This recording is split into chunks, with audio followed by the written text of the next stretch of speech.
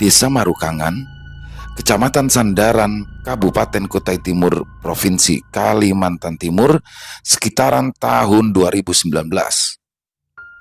Malam belum terlalu larut. Kulihat di depan, rumah yang bagian depannya dijadikan warung makan sederhana Bule Sri, masih terlihat ada dua pemuda yang sedang menikmati kopi yang sesaat terdengar tawa dari keduanya. Ya, mereka adalah Azam dan Adam. Kedua remaja tanggung yang memang hampir di setiap malamnya ngopi di warung Bule Sri. Aku sendiri yang baru tiba lalu bergegas masuk dan kulihat Bule Sri yang sedang sibuk mengupas bawang merah yang ia letakkan di atas meja.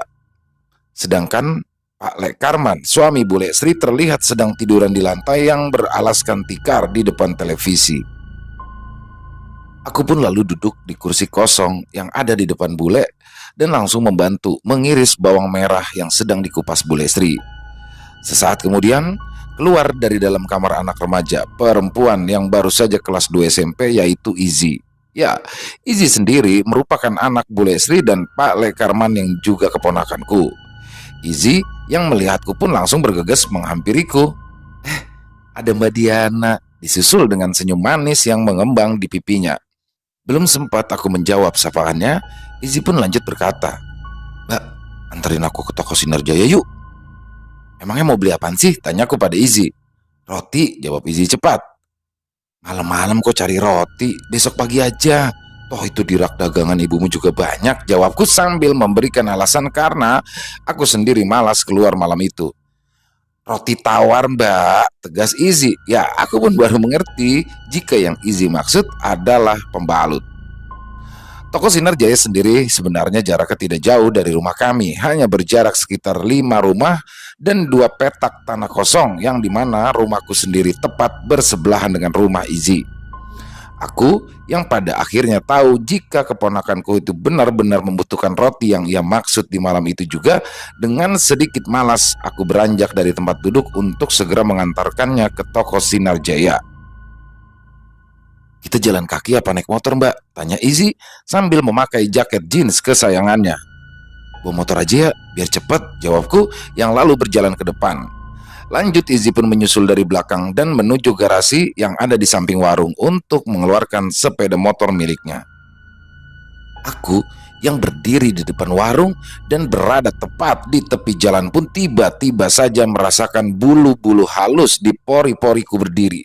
Perasaan merinding pun mulai hinggap di benakku. Memang di malam itu terasa aneh, di mana jalanan yang biasanya masih ramai dengan lalu lalang kendaraan malam itu sangat terlihat sepi. Sesaat aku melihat ke arah rumah yang berada di samping kiri rumah Bule, di mana rumah tersebut dihuni oleh pasangan suami istri yang berasal dari Jawa Barat, yang kami sendiri para tetangga sering memanggil si suami dengan panggilan Mamang dan istrinya dengan panggilan Teteh, dikarenakan kami memang tidak pernah tahu nama asli mereka.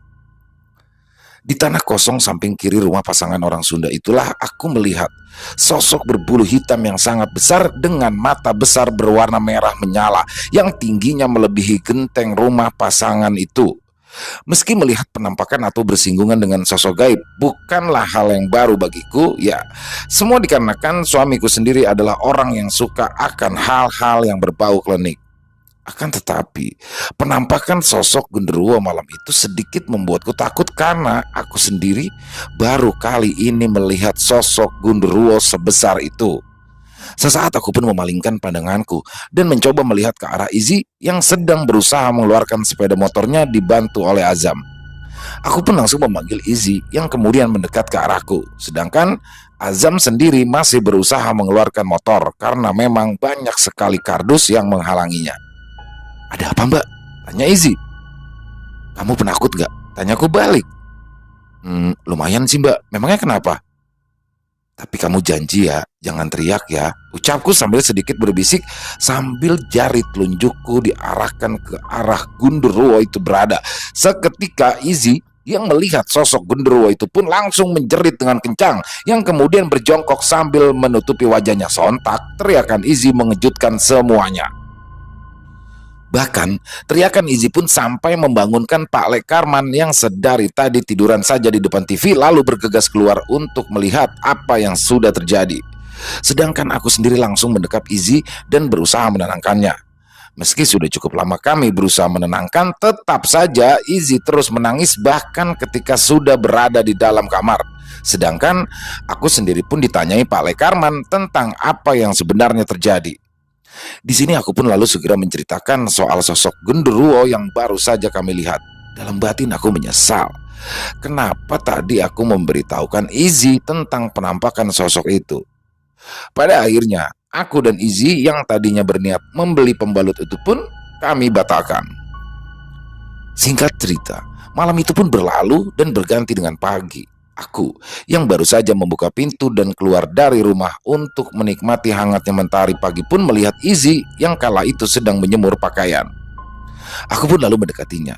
Belum sempat aku bertanya, Izzy pun sudah terlebih dahulu berkata, "Pak, genderuwo tadi malam itu ngikutin aku sampai ke kamar." Sontak aku pun terkejut dengan penjelasan Izzy.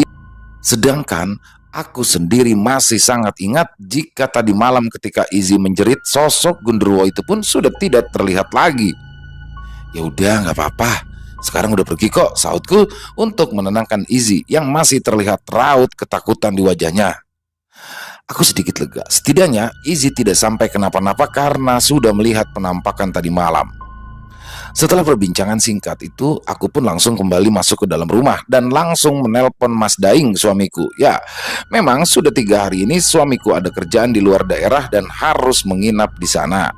Suamiku sendiri merupakan asli orang sini, sedangkan aku berasal dari Jawa Tengah yang baru saja pindah 3 tahun yang lalu kemudian menikah dengan suamiku. Aku pun lantas langsung menceritakan kejadian tadi malam kepadanya. Dan setelah mendengar semua ceritaku, suamiku sendiri tidak terlalu menanggapi soal genderuwo itu.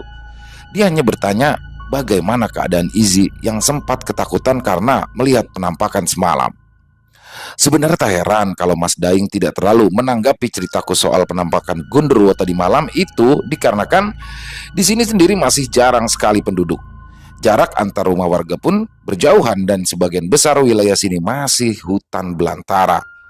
Jadi, jangankan penampakan sosok genderuwo, kemunculan ular seukuran paha orang dewasa pun sudah menjadi hal yang sangat biasa di sini. Singkatnya 1 bulan telah berlalu. Setelah kejadian malam itu, tiba-tiba di suatu siang, tetangga kami yang berasal dari Jawa Barat yang biasa kami panggil Mamang dan Teteh berpamitan kepada kami. Mereka ingin balik ke daerah asal mereka dan ingin membuka usaha di sana. Setelah kepindahan mereka, rumah itu pun sempat kosong selama hampir 2 minggu yang kemudian akhirnya disewa oleh pasangan muda. Sang suami bernama Arif sedangkan istrinya bernama Indri.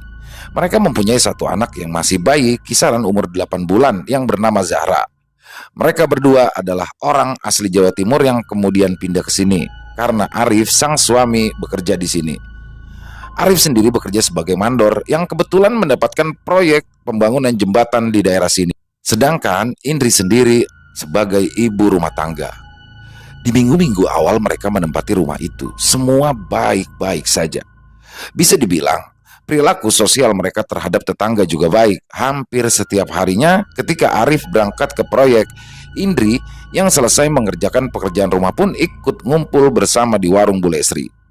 Sedangkan Arif sendiri yang sibuk dengan pekerjaan proyeknya harus berangkat pagi dan pulang di sore hari. Tak jarang kalau malam juga ikut kumpul di warung Bule Sri hanya untuk sekedar minum kopi dan ngobrol-ngobrol bersama tetangga. Sampai pada minggu kedua mereka menempati rumah itu, mulailah ada keanehan yang mereka rasakan, di mana anak mereka yang pada awalnya tidak kenapa-napa dan tidak pernah rewel sudah 3 hari belakangan selalu menangis menjelang waktu maghrib. Sehingga di malam keempat, di mana dari menjelang waktu maghrib sampai dengan selesai waktu isya masih terdengar tangisan balita yang bernama Zara itu. Tangisannya semakin keras dan tak kunjung berhenti. Aku dan suamiku yang kebetulan saja baru pulang setelah beberapa hari kerja di luar kota pun mencoba mendatangi rumah keluarga Arif. Kulihat di sana sudah ada Izzy, Bule Sri yang sedang menggendong Zahra yang memang masih menangis. Mereka berusaha untuk menenangkan balita itu agar berhenti menangis, sedangkan Indri sendiri sedang menelpon suaminya yang memang belum pulang karena lembur. Mas Daing, suamiku pun sesaat memandang Zahra yang masih menangis sesenggukan. Tanpa berbicara apa-apa, Mas Daing pun langsung kembali keluar dan sesaat kemudian kembali dengan membawa 3 batang dupa dan mengenakan ikat pinggang kain berwarna merah. Tak berselang lama, 3 batang dupa itu dinyalakan sehingga terciumlah aroma wangi memenuhi seisi ruangan. Mas Daing kemudian meminta segelas air putih kepada Indri, ibunda Zahra. Dan setelah air putih itu diberikan, terlihat mulut Mas Daing komat kamit membaca doa atau mantra. Aku pun tak tahu. Yang kemudian Mas Daing pun menyuruh untuk sedikit meminumkan air putih itu ke Zahra dan sisanya diusapkan ke dadanya. Benar saja, sesaat kemudian tangisan balita itu pun berhenti. Dan tanpa berkata apa-apa, Mas Daing pun lalu mengajak aku pulang karena memang Zahra sendiri sudah berhenti menangis dan terlihat lebih tenang. Sedangkan aku sendiri melihat Mas Daing masih memegang 3 batang dupa yang masih menyala itu sambil berjalan keluar. Entah kenapa, di perjalanan pulang itu, aku yang bersama Mas Daing merasa ada yang sedang mengikuti dan seolah-olah mengawasi kami. Mas Daing yang melihatku celingak-celinguk seperti mencari-cari sesuatu pun langsung berucap, "Sudah gak apa-apa, ada genderuwo yang mengikuti kita." Sontak mendengar hal itu, aku yang awalnya berjalan di belakang langsung mendahului suamiku lalu berjalan di depannya. Sesampainya di rumah, suamiku pun bercerita jika Zahra tadi sudah diganggu oleh sosok genderuwo dan genderuwo itu suka dengan anak kecil. Lalu aku pun mulai teringat akan sosok genderuwo yang beberapa bulan lalu aku dan Izzy lihat.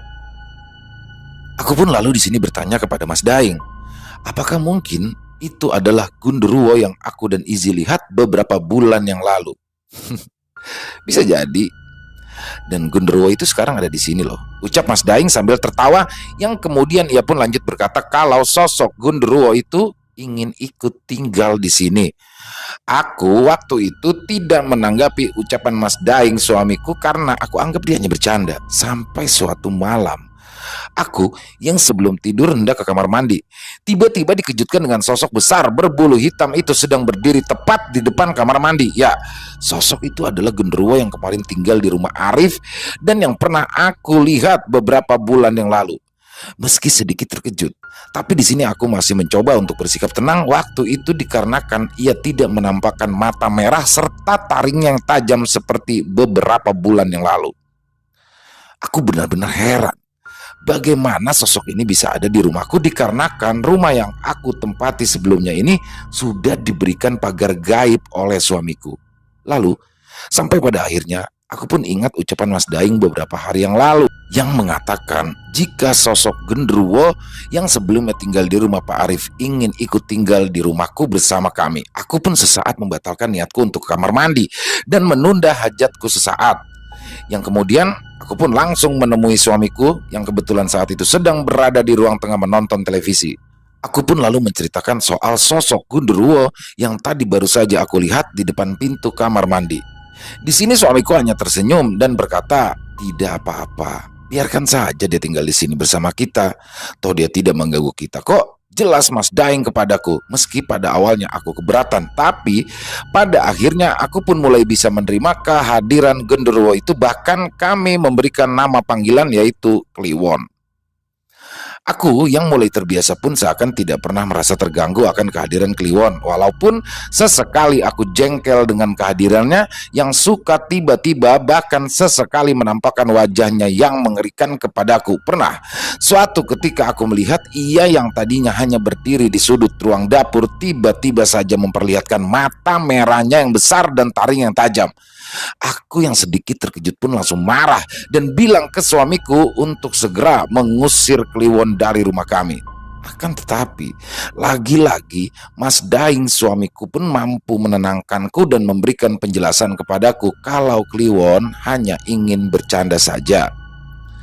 Kalau dipikir-pikir memang lucu juga ya, apa yang aku dan suamiku lakukan jika orang pada umumnya memelihara anjing ataupun kucing, aku sendiri dan suamiku malah memelihara Kliwon, sesosok genderuwo.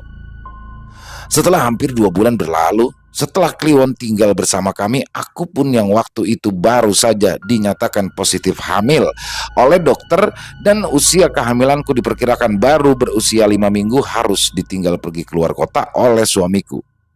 Aku yang tak ingin jauh dari suamiku sempat melarangnya untuk pergi dan menggunakan Kliwon sebagai alasan. Ya, alasanku kala itu adalah aku takut kalau Kliwon nanti akan usil dengan menampakkan wajah seramnya. Sebenarnya alasanku memang masuk akal, sebab Genderuwo sendiri merupakan jenis makhluk halus yang jahil dan iseng, di mana ia sering menampakkan dirinya secara tiba-tiba dengan sosok yang mengerikan. Tapi lagi-lagi permintaanku ditolak oleh suamiku. Ya, ia kembali bisa meyakinkanku dengan alasan kalau ia harus pergi karena memang butuh pekerjaan, agar bisa untuk biaya kelahiran buah hati kami nantinya. Yang kemudian ia pun lalu mengambil sapu lidi dari dapur dan diikatkan dengan kain kecil berwarna merah. Ia berkata, kalau suatu saat Kliwon usil dengan menampakkan wajah seramnya, pakailah sapu lidi ini untuk memukulnya, maka dia pasti akan langsung pergi. Mendengar semua penjelasan Mas Daing, pada akhirnya aku pun mengizinkannya pergi.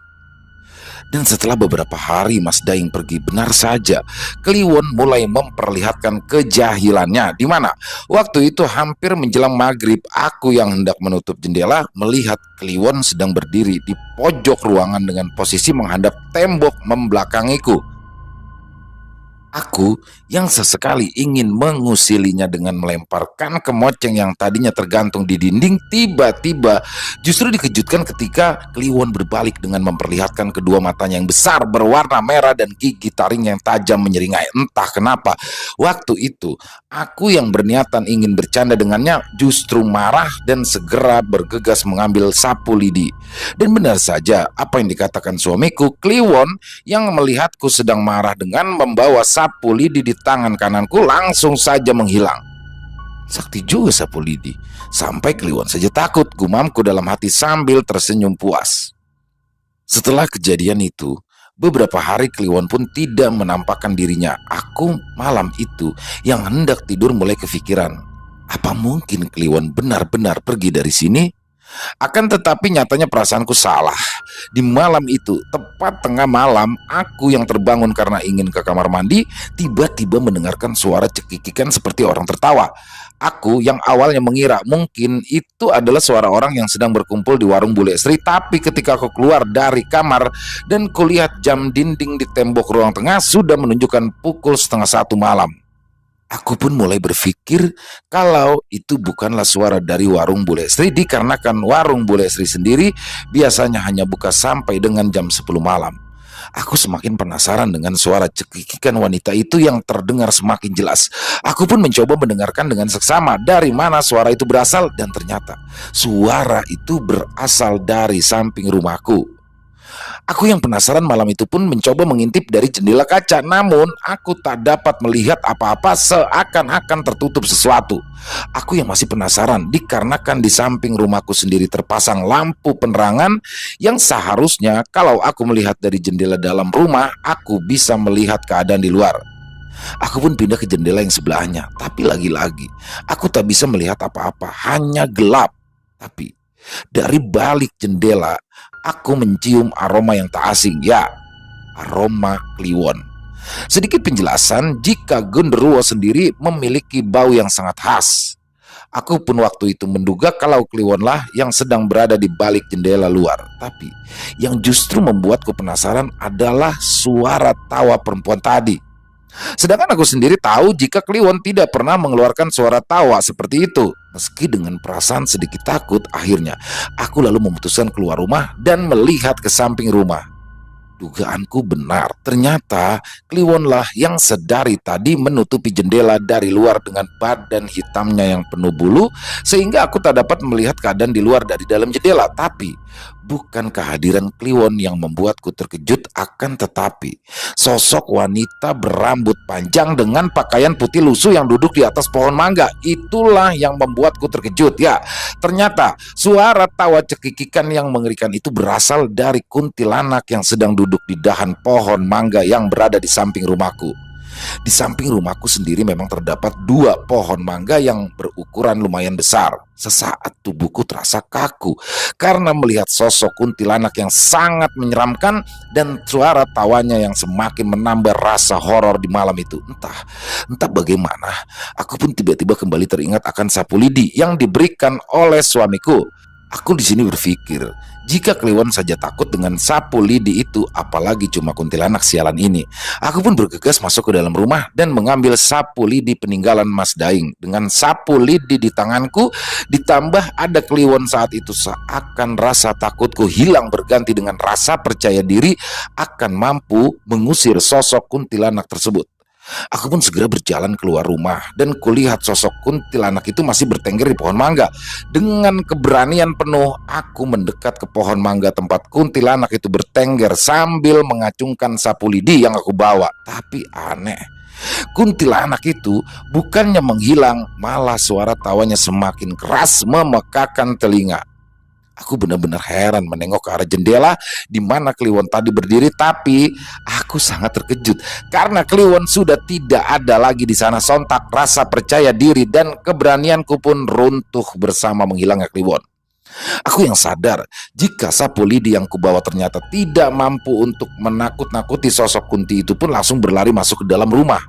Masuk ke dalam kamarku lalu menyelimuti sekujur badanku di atas kasur. Dalam batin, aku pun mengumpat Kliwon. Sial, niatku menakuti si Kunti, malah dia yang kabur. Malam itu pun aku mencoba menelpon suamiku, tapi setelah beberapa kali aku menelpon, tidak pernah ada jawaban. Mungkin saja dia sudah tidur dikarenakan memang sudah larut malam. Tapi kini aku sedikit tenang ketika aku ingat jika rumah ini sebelumnya sudah dipasangi pagar gaib oleh Mas Daing. Meskipun suara Kunti itu masih terus terdengar, tapi lama-kelamaan aku pun mulai terbiasa dengan suara itu sehingga aku mulai terlelap. Tok tok tok, tok tok tok. Badian, suara ketukan dari pintu yang berbarengan, suara yang memanggil namaku membangunkan tidurku pagi itu. Aku yang mendengarnya langsung bergegas beranjak dari tempat tidur dan keluar kamar. Sejurus kemudian aku pun membuka pintu dan kulihat sudah ada Izzy berdiri di depan pintu sambil menenteng kantung plastik berwarna hitam. "Ini Mbak, ada lontong sambal dari Ibu," ucap Izzy sambil menyodorkan kantung plastik berwarna hitam yang ternyata berisikan bungkusan lontong sambal kesukaanku. Aku pun langsung menerimanya dan mengucapkan terima kasih sambil mempersilahkan Izzy duduk di kursi yang ada di teras. Ji, tadi malam kamu dengar suara perempuan ketawa nggak?" tanyaku pada Izzy. "Enggak Mbak, emang suara tawa siapa?" Izzy kembali bertanya padaku. Awalnya aku ingin menceritakan penampakan kuntilanak yang aku lihat tadi malam, tapi kemudian aku urungkan setelah aku ingat jika Izzy ini adalah anak yang penakut. Ya nggak tahu juga, makanya aku nanya, sanggah aku kemudian. "Oh iya Ji, mau nggak nanti malam kamu nginep di sini nemenin Mbak?" tanyaku lagi kepada Izzy. Boleh, tapi aku kesini nunggu kalau warung Ibu sudah tutup ya," jawab Izzy. "Ya nggak apa-apa," jawabku kemudian, dan Izzy pun langsung berpamitan untuk pulang karena harus bersiap berangkat sekolah. Aku sendiri pun bergegas masuk dan mandi yang kemudian mengerjakan pekerjaan rumah. Sesaat kemudian, aku yang hendak ingin pergi ke rumah Bule Sri, dari ruang tengah aku mencium aroma badan Kliwon, tapi tak kulihat wujudnya. Aku pun mengabaikannya dan berpikir mungkin saja Kliwon masih takut denganku gara-gara sapu lidi. Sesampainya di warung Bule Sri, aku melihat sudah ada Indri dan anaknya Zara yang sedang bermain. Sesaat kami pun saling sapa, kemudian aku menggendong Zara sedangkan Bule Sri sendiri kulihat masih sibuk menyiapkan dan menata masakannya di rak tempat makanan. "Oh iya Mbak, mungkin nggak sampai seminggu lagi aku akan balik ke Jawa Timur," ucap Indri tiba-tiba. "Loh, kok dadakan?" tanyaku spontan. "Iya Mbak, soalnya kan proyek Mas Arif di sini sudah hampir selesai," jawab Indri menjelaskan, dan perbincangan itu pun kami lanjut dengan Indri yang bercerita kesan-kesannya selama tinggal di sini.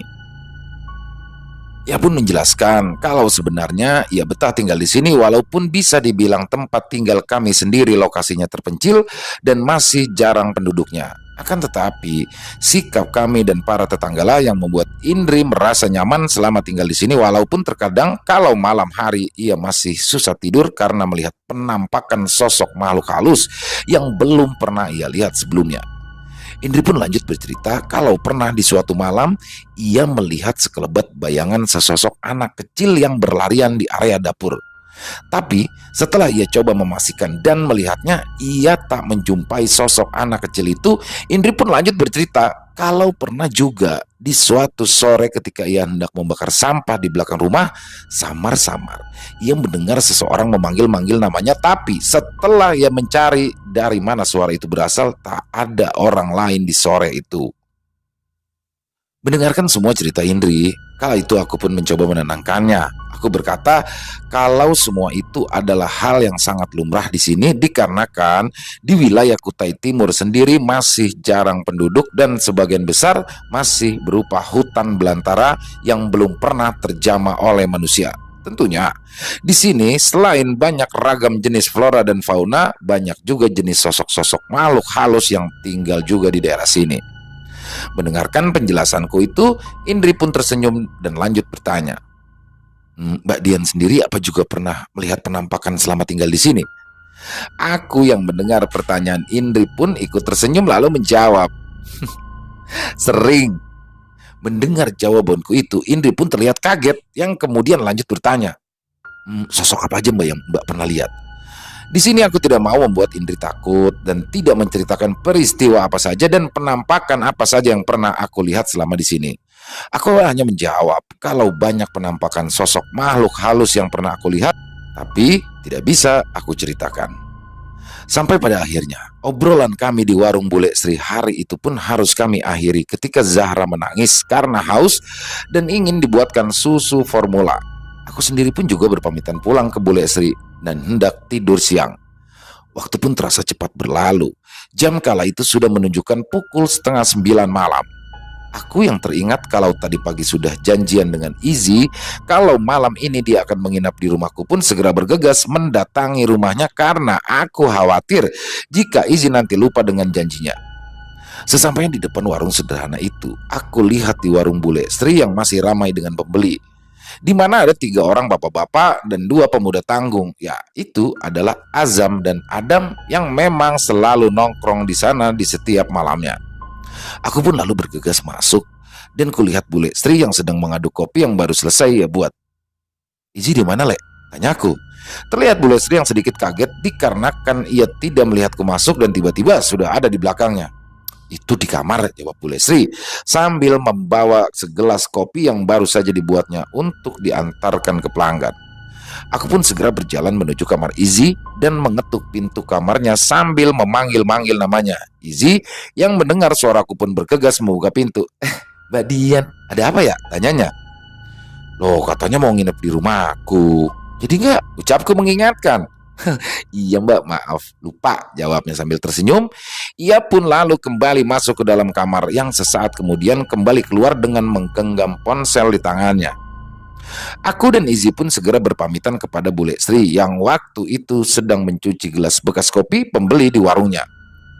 Sesampainya di rumahku, kami pun langsung rebahan di kamar. Sebelum tidur, Izzy pun sempat bercerita soal sekolahan dan juga soal percintaannya, di mana Izzy bercerita kalau Azam, pemuda yang sering nongkrong di warung kopi milik ibunya setiap malam itu ternyata suka padanya. Namun Izzy menolak karena Izzy sendiri ternyata sudah mempunyai pacar yang sekelas. Aku pun malam itu senyum-senyum sendiri mendengarkan cerita Izzy. Bagaimana tidak? Anak yang baru kelas 2 SMP saja sudah pacaran, sedangkan aku sendiri baru mulai pacaran di umur 25 tahun. Itu pun tak berselang lama, langsung menikah dengan suamiku, Mas Daing. Setelah beberapa waktu kami saling bertukar cerita, aku pun melihat Izzy yang kala itu sudah mulai menguap, menandakan jika ia sudah mulai mengantuk. Sebelum menyuruhnya tidur, aku pun sempat berpesan, oh ya Ji, nanti malam kalau pengen ke kamar mandi, bangunin Mbak aja, biar Mbak antar ya. Ya Mbak, jawab Izzy sambil menarik selimut untuk menutupi badannya. Yaudah cepetan tidur, besok berangkat sekolah kan, ujarku kemudian yang tanpa ada sautan lagi dari Izzy. Sesaat kemudian, aku mengecek handphone dan kulihat tak ada notifikasi yang masuk sehingga aku sendiri bergegas ikut tidur. Serasa baru saja aku memejamkan mata, tiba-tiba aku dikejutkan dengan suara teriakan. Ya, aku yang terkejut segera duduk dan kulihat Izzy tak ada lagi di sampingku. Belum sempat aku membuka pintu kamar untuk keluar, tiba-tiba Izzy sudah terlebih dahulu membuka pintu dan bergegas naik ke atas ranjang, kemudian menutupi sekujur badannya. Terlihat badannya yang terus menggigil, seakan menahan ketakutan yang luar biasa. Aku pun bergegas keluar kamar dan mengambilkannya segelas air putih. Beberapa saat kemudian, Izzy yang terlihat sudah sedikit tenang pun mulai bercerita kalau tadi dia habis saja ke kamar mandi untuk buang hajat. Setelah selesai ke kamar mandi dan hendak kembali ke kamar, dari ruang tengah ia mendengar suara yang memanggil namanya. Izzy di sini mencoba melihat siapa yang memanggilnya. Akan tetapi, ketika ia sampai di ruang tengah, dari ventilasi udara yang ada di atas jendela, ia melihat ada wajah wanita yang sangat mengerikan, di mana matanya berwarna merah sedangkan lidahnya menjulur panjang seperti ular. Sontak saat itu juga Izzy berteriak dan berlari untuk kembali masuk ke dalam kamar. Setelah mendengar semua penjelasan dari Izzy, aku pun berkata, "Loh, kan tadi sebelum tidur Mbak sudah berpesan kalau mau ke kamar mandi, bangunin dulu Mbak, biar Mbak antar." Aku tadinya mau bangunin Mbak deh, tapi nggak enak, karena Mbak kan lagi hamil, butuh tidur yang cukup. Makanya aku keluar sendiri deh, jawab Izzy. Kemudian aku pun mengambil handphone dan kulihat jam kala itu sudah menunjukkan pukul 2 dini hari. Aku pun segera menyuruh Izzy untuk kembali tertidur, sedangkan aku sendiri tidak bisa kembali tidur dikarenakan masih kepikiran dengan apa yang terjadi akhir-akhir ini. Bagaimana tidak, beberapa hari terakhir ini sering terlihat makhluk halus di dalam rumahku, meskipun hanya di luar, tidak pernah masuk rumah. Tentunya hal itu sangatlah mengganggu. Aku sempat berpikiran, apakah ini semua karena kehadiran Kliwon di rumahku, atau karena aku yang sedang mengandung sehingga sensitif dengan kehadiran makhluk halus? Pertanyaan-pertanyaan itu pun terus mengganggu pikiranku sampai tanpa kusadari terdengar suara azan subuh dari masjid. Ya, meskipun jarak masjid dengan rumahku lumayan jauh, tapi tetap terdengar. Aku pun segera beranjak